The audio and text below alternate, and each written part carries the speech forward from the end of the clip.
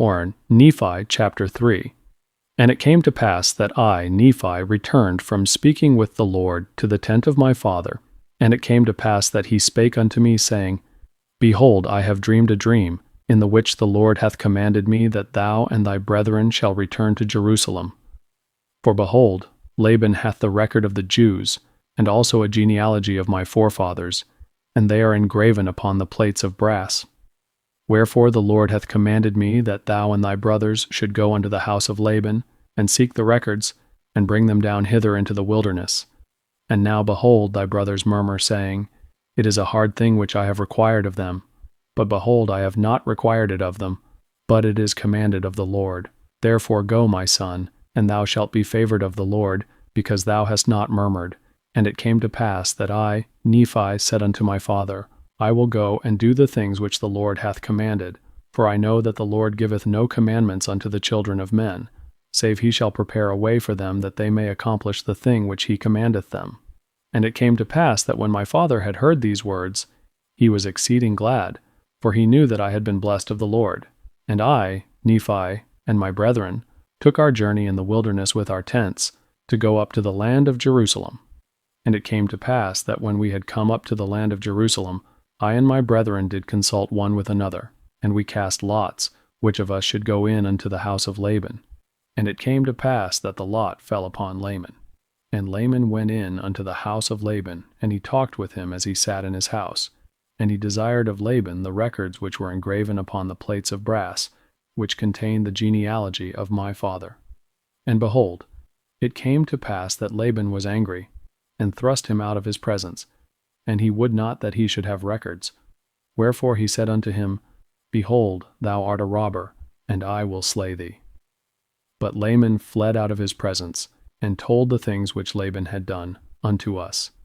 And we began to be exceeding sorrowful, and my brethren were about to return unto my father in the wilderness. But behold, I said unto them, that as the Lord liveth, and as we live, we will not go down unto our father in the wilderness, until we have accomplished the thing which the Lord hath commanded us. Wherefore let us be faithful in keeping the commandments of the Lord. Therefore let us go down to the land of our father's inheritance. For behold, he left gold and silver, and all manner of riches. And all this he hath done, because of the commandments of the Lord. For he knowing that Jerusalem must be destroyed, because of the wickedness of the people. For behold, they have rejected the words of the prophets. Wherefore, if my father should dwell in the land after that he hath been commanded to flee out of the land, behold, he would also perish. Wherefore, it must needs be that he flee out of the land. And behold, it is wisdom in God that we should obtain these records, that we might preserve unto our children the language of our fathers. And also that we may preserve unto them the words which have been spoken by the mouth of all the holy prophets, which have been delivered unto them by the Spirit and power of God, since the world began, even down unto the present time. And it came to pass, that after this manner of language did I persuade my brethren, that they might be faithful in keeping the commandments of God. And it came to pass that we went down to the land of our inheritance, and we did gather together our gold, and our silver, and our precious things. And after that we had gathered these things together, we went up again unto the house of Laban. And it came to pass that we went in unto Laban, and desired him that he would give unto us the records which were engraven upon the plates of brass, for which we would give unto him our gold, and our silver, and all our precious things. And it came to pass that when Laban saw our property, and that it was exceeding great, he did lust after it, insomuch that he thrust us out, and sent his servants to slay us, that he might obtain our property. And it came to pass that we did flee before the servants of Laban, and we were obliged to leave behind our property, and it fell into the hands of Laban. And it came to pass that we fled into the wilderness, and the servants of Laban did not overtake us, and we hid ourselves in the cavity of a rock. And it came to pass that Laban was angry with me, and also with my father, and also Lemuel, for he hearkened unto the words of Laban.